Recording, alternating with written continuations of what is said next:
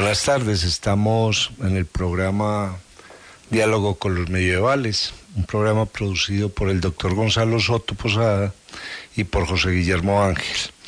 El tema que vamos a tratar hoy es el de Baudolino. Baudolino, nombre muy sonoro además, es el patriarca, el santo de Alejandría, el santo patrono de Alejandría. También es el título de una novela de Umberto Eco. Y creo que pues nos convoca la novela de Eco, que se ha encargado como de trabajar de manera muy cuidadosa lo que es la Edad Media. Antes de hablar de Baudolino, doctor Soto, ¿por qué no hablamos un poquito de Umberto Eco y el trabajo que él ha hecho con relación al medioevo? Sí, a ver qué... ¿Usted cómo ve a Umberto Eco? ¿Cómo ve ese trabajo? ¿Es un trabajo riguroso o se lo está robando la ficción y por estar en el mundo de la ficción pues descuida lo de la Edad Media? ¿Usted cómo ve ese trabajo? A ver, Eco nace hacia el año 36, no recuerdo exactamente, 1936. Nace precisamente en esa ciudad, Alejandría, en el norte de Italia, entre Turín y Milán. Baudolino pues es el santo patrón de Alejandría, entonces ahí hay ya una alusión, a un hecho histórico medieval. Eco fue formado en lo que en ese momento la Iglesia, para efectos de la juventud y de formar intelectuales católicos, era la Acción Católica, lo mismo que Bátimo, lo mismo que Giovanni Reale, esos intelectuales pues que ahora están aflorando en el mundo italiano. Después, claro, si se puede decir así, se aparta de la Acción Católica y comienza todo su trabajo de lingüística, de semiología, con todos los textos pues que le conocemos, obra abierta, lector in fábula, curso de lingüística, curso de semiología, problema de los signos. Y era también un teórico de la novela, muy buen teórico de la novela, pero llega el momento en que aquello que él había teorizado sobre la novela lo pone en novela, y ahí aparece El nombre de la rosa, ahí aparece El péndulo de Foucault, ahí aparece La isla del día de antes. A ver, antes de avanzar un poquito, ¿por qué ese nombre el nombre de la rosa? Ahí hay una cuestión medieval. Sí. Eco, a raíz, dijéramos, entre comillas, de lo que él había teorizado, con una novela puede volverse un bestseller, y de hecho El nombre de la rosa, prácticamente en el 82, había sido escrita en el 80, ya iba como en la 40ª edición, entonces se volvió un bestseller. Entonces él, ¿cómo se puede decir? Él pensó muchos nombres para esa novela: Asesinato en un monasterio, Los venenos en un monasterio, y se le ocurrió el nombre de la rosa porque eso despista. Nombre de la rosa puede significar o la rosa en el sentido de flor, o rosa cruces, o bellísima rosa, rosa mística, como se le dice a la Virgen en las letanías. Entonces, por eso él dice que el título, más que orientar al lector, ojalá lo despiste, para que de alguna manera él como detective descubre por qué el título. Y efectivamente uno descubre el porqué del título es en el último renglón. State rosa prístina innomine, nómina nuda tenemos. La rosa originaria está en el nombre, solo nos quedan los nombres. Era un verso de un benedictino del siglo XII. Y que es una discusión fuerte en la Edad Media, claro, cómo la palabra rosa contiene en su interior un mundo de significados. Exacto. Y cómo incluso, de alguna manera, esa discusión medieval sobre la polisemia de las palabras indica que la relación palabra-cosa, concepto, siempre es problemática por lo polisémico. El nombre rosa, ¿a qué pues ya vimos aquí, pero quién sabe para otro qué significará rosa? Y si la oye traducida a otro idioma, ¿qué le significará? un poco pues para jugar con italiano. En italiano mantequilla se dice burro. Burro. Pero obviamente en español burro ya sabemos que no es mantequilla, sino un mundo de cosas. Si uno lee en un periódico ahora, en el aeropuerto La Herrera cogieron 15 mulas. Si uno ya no está jugando con la polisemia de la palabra y piensa que mulas es el animal, Sí, obvio. Entonces yo creo que ese último verso lo que está indicando es que el lenguaje juega, para decirlo con Wittgenstein, que es muy citado en El nombre de la rosa. El lenguaje juega con juegos lingüísticos y que si uno no está dentro del juego lingüístico en que la palabra o la expresión se ubica, pues obviamente es como si le hablaran ahora en hebreo y le dijeran el nombre de la rosa en hebreo y uno no conoce ese código, pues obviamente no está en el juego lingüístico. Entonces el título es muy significativo porque el lector con el título no deduce el contenido de la novela, sino que se tiene que meter en la novela e incluso cuando va casi llegando a la última página todavía no sabe el porqué del título y quienes, por ejemplo, no saben latín y oyen esa última expresión, pues quedan desconcertados porque si no se la traducen, obviamente, en los nombres habitamos el mundo, es lo que la novela quiere decir. Entonces, cuando la rosa originaria está en el nombre, no en la cosa, y por eso rosa puede ser rosa cruces, rosa mística, rosa hermosa, o a la novia, o rosa bella. Si no habitamos el mundo del lenguaje, no hubiera cultura. Entonces, en ese sentido, me parece que Eco es muy, digamos una expresión dura, es muy arriesgado cuando no le pone un nombre que todo el mundo unívocamente lee, sino un nombre que suscita tantas probabilidades. Y por eso yo creo que Eco no traduce ese son politicón de Aristóteles, que siempre lo hemos dicho o traducido por animal político, ¿no? Lo que Aristóteles quiere decir, el hombre es el único animal que habla y por eso es el único animal que crea símbolos y por eso es el único animal cultural. Entonces, el politicón de Aristóteles no es el politicón en el sentido de la polis, es el politicón en el sentido del hombre que habla. Que habla. Y yo creo que Eco, que es un lector por lo menos de la poética de Aristóteles y que siempre dice, recuerden que la ficción del nombre de la rosa está montada sobre ese segundo libro de la poética de Aristóteles que históricamente se nos perdió, pero que él hace, dijéramos, meter en esa biblioteca de ese monasterio escondido. Entonces, claro, la poética de Aristóteles es para Eco una de las inmensas reflexiones sobre el lenguaje, una de las gigantes y agudas reflexiones sobre el lenguaje. Entonces, por eso el nombre en Eco, nombre de la rosa, no es inocente, no es una ingenuidad, todo lo contrario. Si se puede decir así, es una aristocracia lingüística para que los lectores, como detectives, algo así como un Sherlock Holmes metiéndose en la novela, vaya descubriendo el porqué del título. Ahora que vamos a entrar en Baudolino y en la ciudad de Alejandría. A ver, Alejandría en el norte de África realmente fue una ciudad que fundó Alejandro.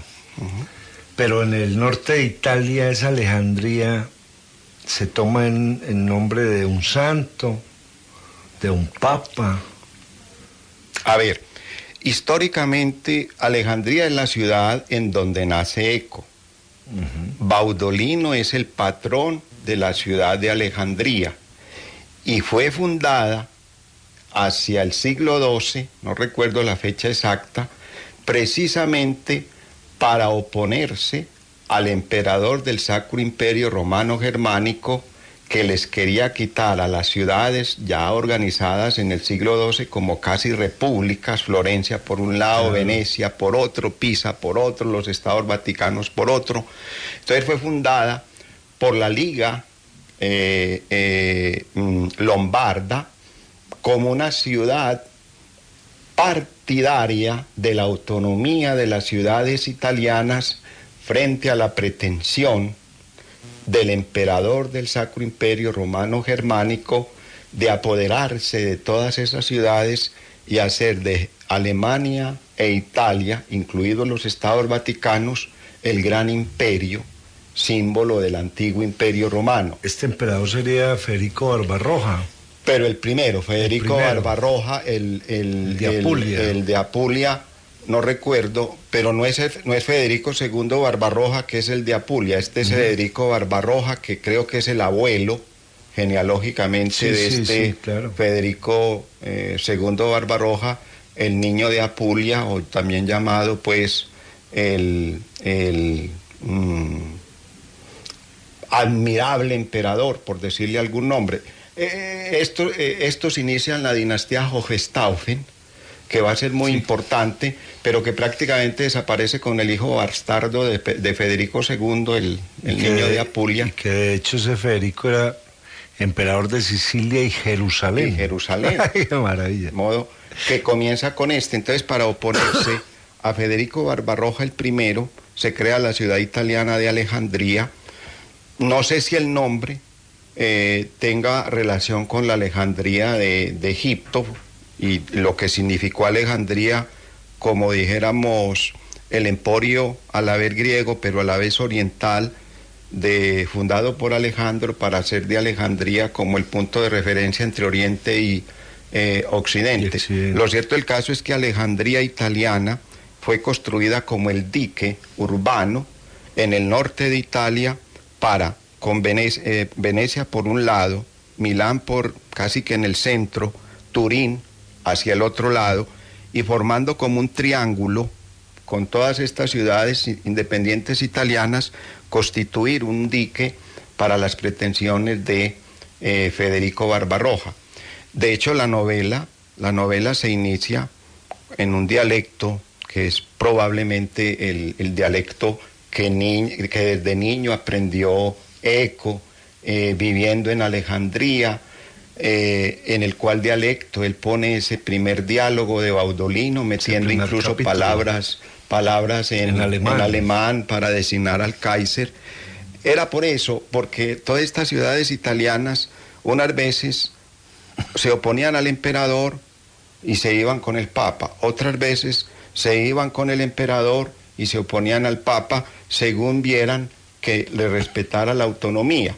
Entonces, Alejandría históricamente nace como una contención de las pretensiones de Federico Barbarroja y de lo que él comienza, los Hohenstaufen, para efectos de garantizar la autonomía de las ciudades italianas y en especial de los lombardos, la Liga Lombarda, frente a las pretensiones del emperador. Pero después Alejandría y Venecia se unen con el Papa contra el emperador. Es decir, hay una oscilación entre papado e imperio muy significativo. Mutatis mutandis es lo de hoy. ¿Con quién me hago? ¿Con Estados Unidos? ¿Con la Comunidad Europea? ¿Con quién? ¿Con los árabes? Entonces, las ciudades italianas siempre han sido muy celosas de su autonomía económica, política, social y cultural, y ese es el origen de Alejandría. Ahora, ese primer capítulo de Baudolino que viene escrito en ese dialecto de Alejandría, y me acuerdo cuando lo leí que me pareció como lo que alguna vez usted me explicaba sobre el latín macarrónico. ¿Así funcionaba ese latín también en ese momento? Recordemos, pues, aunque no vamos a entrar en precisiones filológicas, de alguna manera, y eso en el nombre de la rosa está muy simbolizado en Salvatore. Salvatore, sobre un trasfondo latino, lanza palabras en español, en portugués, en italiano, en francés, en español. Entonces lo mismo ocurre aquí con este dialecto en que comienza el nombre de la rosa. Por lo que yo he leído del mismo Eco, o es el dialecto de él, de allá de Alejandría, que él habla, o de alguna manera sobre ese dialecto llamado en general, dijéramos, lombardo, o padovano también lo llaman, él monta esa ficción del primer capítulo. Pero lo que tú anotas, Memo, es muy significativo. Uno de alguna manera entiende ese dialecto, independiente de que hable o no italiano, es por el trasfondo latino en que el dialecto le está... Entonces, para los que saben latín, a pesar de ser, entre comillas, un latín macarrónico, uno entiende lo que el dialecto está transmitiendo, y en última instancia ese trasfondo latino lo que está indicando es que estos dialectos de Italia, y con dialecto no estoy peyoratizando que el dialecto sea menos que la lengua italiana, ¿no? Un dialecto tiene su propia consistencia. Ahí necesariamente uno tiene que hablar de que el latín es un telón de fondo para todo esto que después apareció ya en Francia, ya en Italia, ya en España, en términos no solo de lenguas, sino también en términos de dialectos.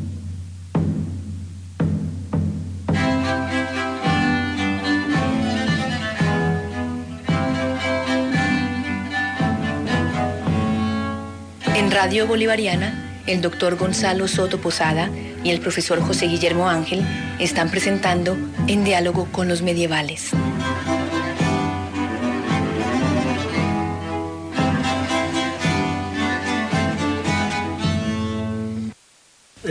Doctor Soto, usted que es un gran latinista, a mí me llamó mucho la atención el primer capítulo de Baudolino, y aquí le aclaramos a los oyentes que vamos a hacer varios programas sobre Baudolino. En el primer capítulo de Baudolino cuenta que él se roba un pergamino, borra buena parte, pero hay partes que no puede borrar y quedan en el latín. Si recuerda más o menos las partes del latín a qué se refieren.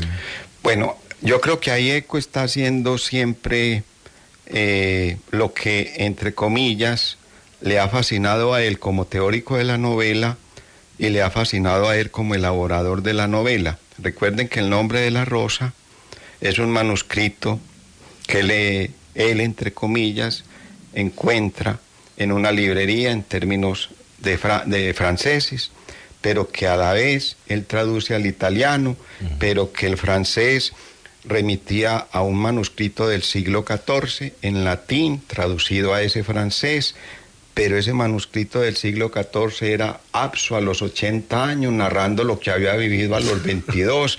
Entonces, en realidad es una intertextualidad.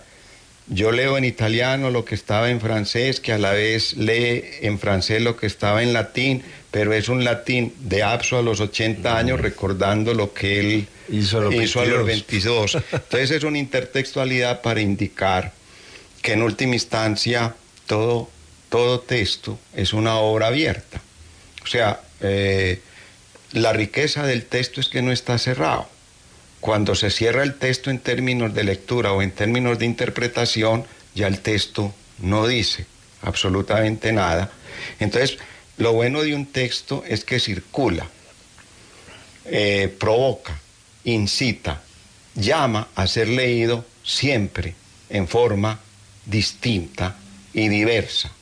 Entonces, cuando aquí sobre un manuscrito comienza él a borrar y a escribir su propio texto, pero hay partes que no la puede borrar, es lo mismo, es la intertextualidad. Yo escribo en mi dialecto, llamémoslo así, alejandrino, sobre un manuscrito que yo he podido borrar, que estaba en latín, pero hay partes que yo no puedo borrar, entonces las tengo que conservar en latín, lo cual indica que ese primer capítulo es una intertextualidad cultural. Todo texto habla con muchos textos, todo libro habla con muchos libros, aunque usted incluso no los conozca. Cuando yo leo El nombre de la rosa, estoy leyendo toda la cultura de Occidente. Cuando yo leo a Baudolino y ese primer capítulo, estoy leyendo la cultura producida en latín, que con seguridad está también poniéndonos en relación con la cultura griega y a través de la cultura griega con las culturas orientales, y a través del dialecto alejandrino nos está poniendo con las culturas lombardas. Entonces todo libro es un juego intercultural, todo libro es abierto. Todo libro es un manuscrito sobre otro manuscrito, de otro manuscrito, de otro manuscrito. Esto me trae a la memoria de que muchas veces debajo de una catedral hay una mezquita, debajo de la mezquita hay una sinagoga, y que es muy común en Europa y en el Medio Oriente, que se construye encima de otro lugar, y que esa sería la intertextualidad realmente. Entonces, la Edad Media que plantea Eco sería una Edad Media intertextualizada. Yo creo que lo bonito de Baudolino y lo bonito del nombre de la rosa es que manifiesta que la Edad Media es esa intertextualidad cultural.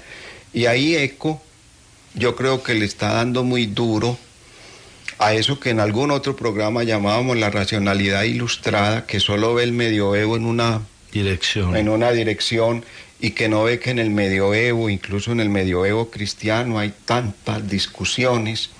Está el árabe, está el judío, está el cristiano de Bizancio, pero está el cristiano de Roma, pero también está el hereje. Eso sí que en Baudolino los herejes, claro, después hablaremos de los herejes. Entonces, para Eco, la Edad Media es intercultural, la Edad Media es un juego entre culturas, y esa metáfora que has dicho, como una catedral está sobre una mezquita y resulta que una mezquita está sobre una sinagoga, y resulta que una sinagoga probablemente esté sobre un templo griego, y ese templo griego probablemente esté sobre un dolmen o quién sabe qué, indica que en la cultura pues eso de originalidad, eso de... Como todos nos hacemos unos sobre otros. Claro, uno se hace sobre otro, y aunque uno no haya leído a Homero, uno está montado sobre Homero.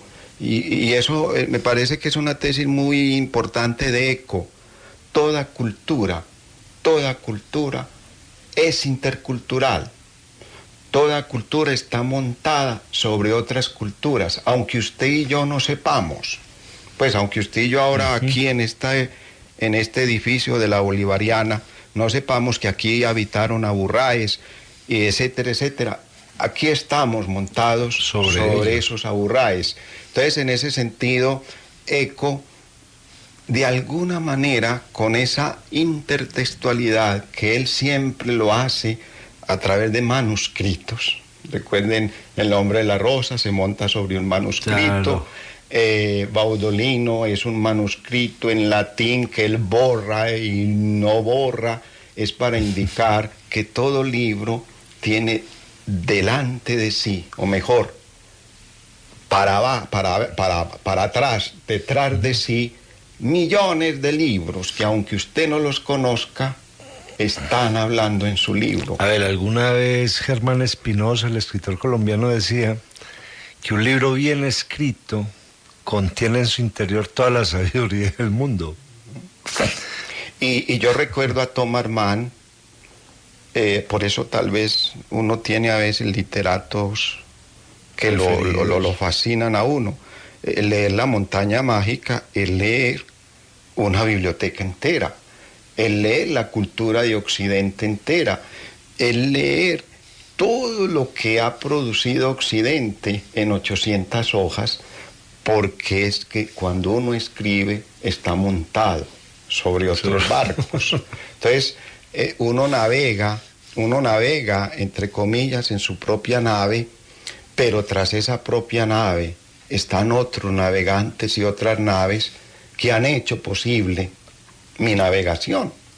Ahí me parece que la tesis de Eco es muy, entre comillas, etnográfica contra el etnocentrismo europeo, que siempre se ha creído, pues, el Pater Noster, el Padre Nuestro de todas las culturas. Y recuerden incluso, pues, la rama dorada de Fraser, cómo a pesar de que él estudió los mitos africanos, indonesios, australianos, después como antropólogo lo que le quería decir a esas culturas míticas es: si ustedes permanecen en el mito, se quedaron sin historia, hagan el tránsito a la ciencia. Cuando Wittgenstein lee la rama dorada, queda, dijéramos, estremecido de la riqueza de los mitos australianos y por qué les vamos a llevar el paradigma de la ciencia cuando ellos desde esos mitos pueden, como juego lingüístico, perfectamente entender el mundo. Entonces, creo que Humberto Eco, y por eso en el nombre de la rosa, y por eso, aunque en Baudolino no esté citado Wittgenstein, en el nombre de la rosa siempre Wittgenstein está citado en un alemán, dijéramos, bajo medieval, y quien de alguna manera no haya leído a Wittgenstein no sabe por qué se está citando a Wittgenstein. Es por eso, porque como dice Wittgenstein, una vez usada una escalera, pues lo único que tengo que hacer yo es tirarla. ¿Por qué? Por el juego intercultural, por los juegos lingüísticos. Entonces yo creo que el nombre de la rosa y Baudolino es una crítica radical al etnocentrismo europeo, es una crítica radical a las culturas que se creen el paradigma, dijéramos, cultural para efectos de todas las demás culturas. Y eso no es un problema medieval, es todavía de hoy. Hoy estamos planteando paradigmas culturales a los cuales deben, dijéramos, doblegarse las demás. A mí me llama la atención que el nombre de la rosa tiene que ver con el aspecto religioso de la Edad Media. Estamos hablando de monjes, y en Baudolino estamos hablando de guerreros. En el nombre de la rosa estamos hablando de hombres encerrados en un monasterio, y en Baudolino estamos hablando de un hombre que se ha caminado, pues educa en París, va a la Universidad de París, que se enamora de la reina, sí, claro, de la esposa de Federico. ¿Cómo ve usted ese caso? ¿O es que así también se podía leer la Edad Media? Recuerden que en el feudalismo, y yo creo que ahí la ficción de Eco es muy bonita en términos de referencia histórica, en el medioevo los órdenes del feudalismo fueron oratores, los que se dedican a la oración, velatores, los que se dedican a la guerra, es decir, los caballeros, bellum belli en latín, de ahí viene bélico, remite a velatores, aquellos cuyo oficio es guerrear. Con B grande. Con B grande, sí. Y laboratores, que eran independientemente los siervos o los comerciantes, artesanos. Entonces yo creo que el nombre de la rosa trabaja el lío de los oradores. En cambio Baudolino trabaja el lío de los velatores y el lío de los laboratores. Ajá. Porque claro, Venecia es muy importante en la cruzada, la cuarta, que en vez de irse a Jerusalén pasa por Constantinopla, se apodera de Constantinopla, fundan el reino latino de Constantinopla por Venecia. Porque claro, entre comillas, Venecia de alguna manera podía circular por el Mediterráneo haciendo pactos con Constantinopla. Entonces, apoderándose de Constantinopla, Venecia era el alma y dijéramos la dominadora del Mediterráneo. Entonces, Baudolino es dijéramos, los velatores con los laboratores protagonizando lo que en la Edad Media ya no era ficción, sino archivo. Oradores, velatores, laboratores. Por eso, en medio de la ficción, Eco también habla, él no lo llama nunca archivo, él prefiere, en apostillas al nombre de la rosa, prefiere hablar de la enciclopedia. La enciclopedia es lo que usted encuentra de Constantinopla como hecho histórico verificado. La toma de Constantinopla fue el elemento histórico sobre el que se basa la Cuarta Cruzada y sobre lo que Baudolino, dijéramos, construye. Pero ese hecho histórico, obviamente, desde la ficción literaria se inventa un personaje que no existió. Baudolino, tal como no lo narran, tú lo dices, nació en Alejandría, era hijo de un campesino, se hace amigo del emperador Hohenstaufen, va a París, estudia, se hace doctor, después es el secretario y el que escribe la historia de Hohenstaufen, después termina en el Preste Juan, luego se hace, se sube como San Antonio a una columna y termina, dijéramos, como un monje medieval, etcétera, etcétera. Entonces, en la ficción Baudolino hay un archivo histórico, Constantinopla y la Cuarta Cruzada. El país del Preste Juan no es una ficción, era un momento no imaginario, sino una cartografía. Después podemos hablar del Preste Juan, que es muy especial. Tan especial. Entonces, siempre la novela de Eco, en Apostillas al nombre de la rosa, él distingue 3 tipos de novela histórica. La primera, aquella que toma el pasado como mero pretexto para montar su propia narración, El Señor de los Anillos de Tolkien. Sí, claro. La novela gótica. El castillo de Otranto no existió, pero toma como pretexto los castillos medievales para montar su propia escenografía. El segundo tipo de novela histórica es lo que él llama la novela de capa y espada, Los Tres Mosqueteros de Dumas. Lo que aparece en Los Tres Mosqueteros lo registra la historia. Entonces, ya el pasado no es un pretexto, sino que el pasado es el escenario donde históricamente actúan estos 3 mosqueteros. Y el tercer tipo de novela histórica, ahí ubica él el nombre de la rosa, también Baudolino, podría ubicarse ahí. Se inventan los personajes. Jorge de Burgos no existe, Guillermo de Baskerville no existe, Atso no existe, la Badabone no existe, Baudolino no existe.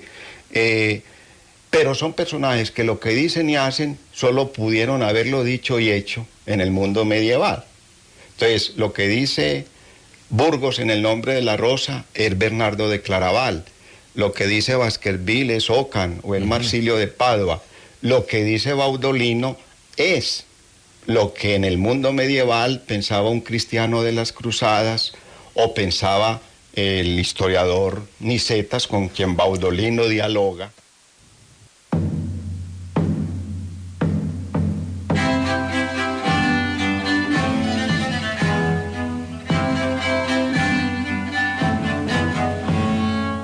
En Radio Bolivariana, el doctor Gonzalo Soto Posada y el profesor José Guillermo Ángel están presentando En diálogo con los medievales.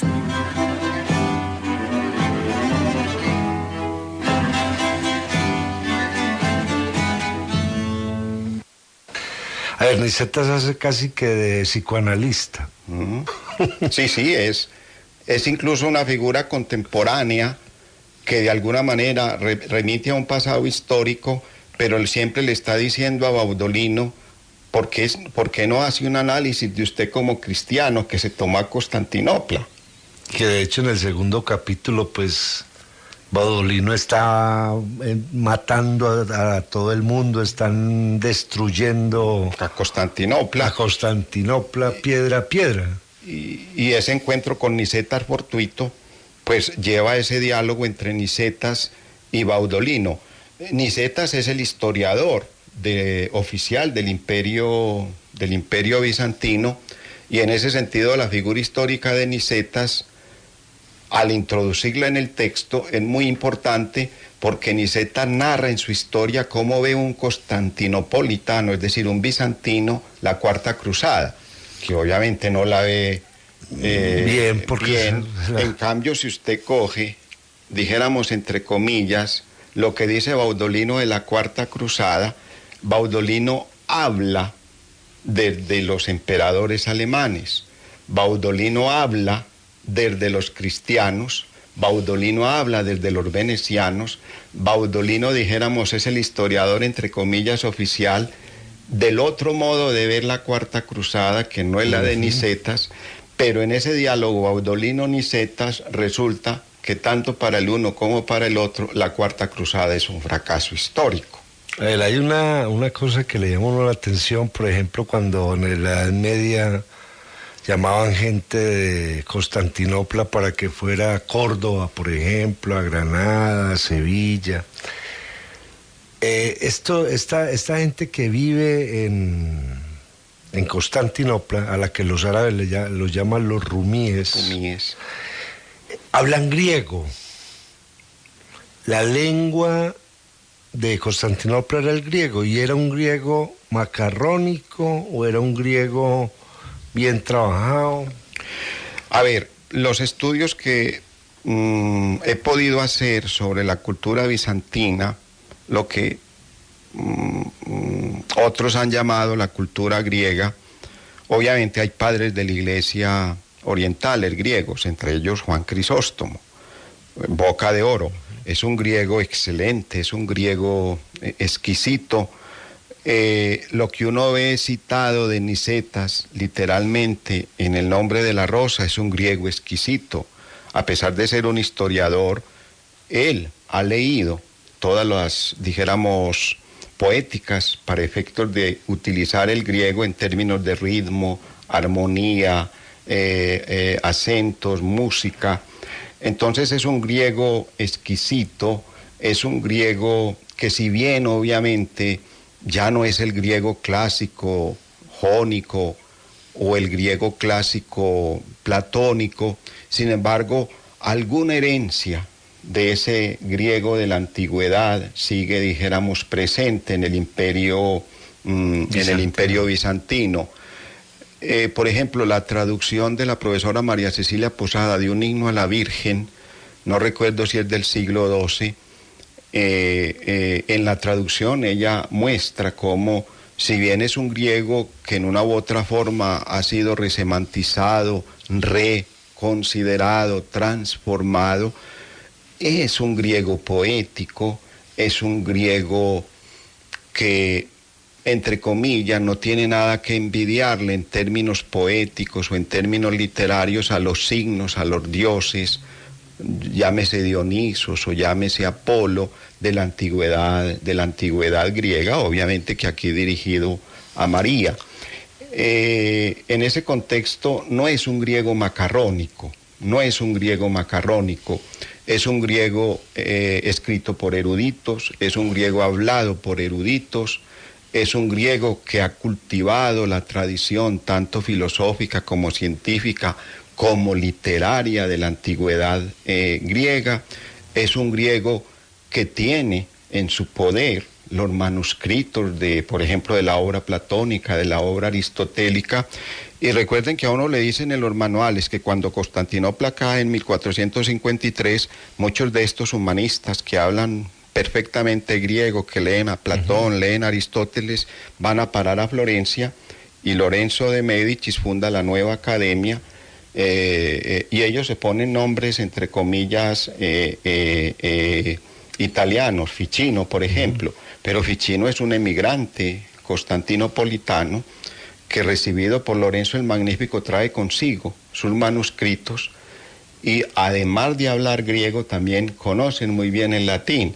La traducción, por ejemplo, de Ficino del Critón de Platón al latín es una delicia, porque es un latín casi que griegamente hablado. Ah, qué maravilla. Entonces, en ese contexto, ese es otro elemento importante de Baudolino, por ejemplo, resaltar las riquezas de Bizancio en el nivel artístico, en el nivel de los íconos. Ahí aparece el problema de los iconódulos y de los iconoclastas, la belleza de Santa Sofía, Hagios Sofía, los mosaicos de Santa Sofía, los iconostasios para efectos de las iglesias bizantinas, que obviamente los cristianos se robaron lo que mejor dicho, no transportaron la Santa Sofía a Venecia porque no pudieron, pero la Basílica de Venecia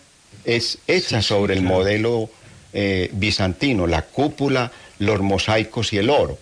Entonces, en ese contexto, Venecia, en su célebre Catedral de San Marcos, no es sino eso que ellos habían visto en Constantinopla, la cúpula sobre pechinas, los mosaicos, la decoración en oro, el juego de luces y colores. Si alguna vez uno puede, dijéramos, sin ir a Constantinopla, estar en Constantinopla, vaya a Venecia, visite la Catedral de San Marcos. De hecho, Venecia es una ciudad oriental. Sí. Con un símbolo que es muy particular, que es el león. El león. Que también es un símbolo oriental. Claro. Muy simpático. Entonces, en ese contexto, otra de las bondades, diría yo, de Baudolino, es que nos muestra esa Edad Media múltiple, la Edad Media de Bizancio. pero la Edad Media de los árabes, pero la Edad Media del Preste Juan, pero la Edad Media de los herejes, pero la Edad Media del emperador, pero la Edad Media del Papa, la Edad Media de las ciudades italianas, pero la Edad Media de la lucha entre güelfos y gibelinos por el control del mundo en términos de plenitud o potestatis. Pues la plenitud de poder la tiene el emperador o la tiene el Papa o la tienen las ciudades. Entonces, esa Edad Media múltiple, así como los manuscritos son intertextuales, hay una Edad Media múltiple intertextual que uno no puede, dijéramos, decir, la Edad Media está en Roma. No, está también en Bizancio, pero está también en Córdoba. Algasel, el célebre pues pensador árabe del siglo X, fue en misión diplomática ante el emperador de Bizancio, porque obviamente, ¿qué pasaba en Bizancio? Que se le había establecido en Creta un pirata de origen cordobés que había huido de Córdoba porque había hecho una rebelión contra Abderramán, el emir de Córdoba.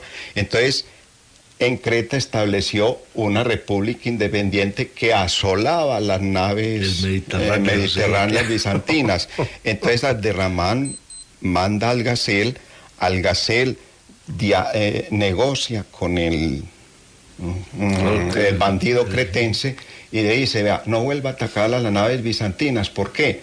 Porque el oro que llega de Bagdad usted se lo va a llevar a Abderramán y por eso le vamos a dar el 10% de lo que cargue de oro. Es como la primera patente de corso, pues. Claro. Entonces el pirata dice, pues tengo garantizado ya el 10% y lo único que tengo que hacer es llevar ese oro. Entonces después va a Bizancio, entonces le dice, vea, he hecho en Creta un acuerdo de esta manera, quiero hacer un acuerdo con usted. Si aceptan lo de Creta, sus naves están aseguradas.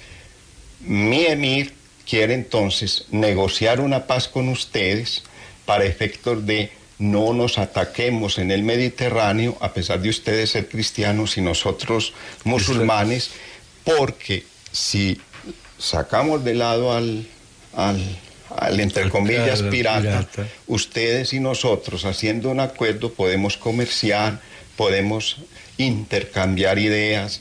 Entonces, Algasel, como enviado de Abderramán ante el Imperio Bizantino, queda también conmovido de la riqueza de los mosaicos bizantinos, de la riqueza de Santa Sofía, de todo el aparato cortesano de la corte imperial de hay algo muy lindo.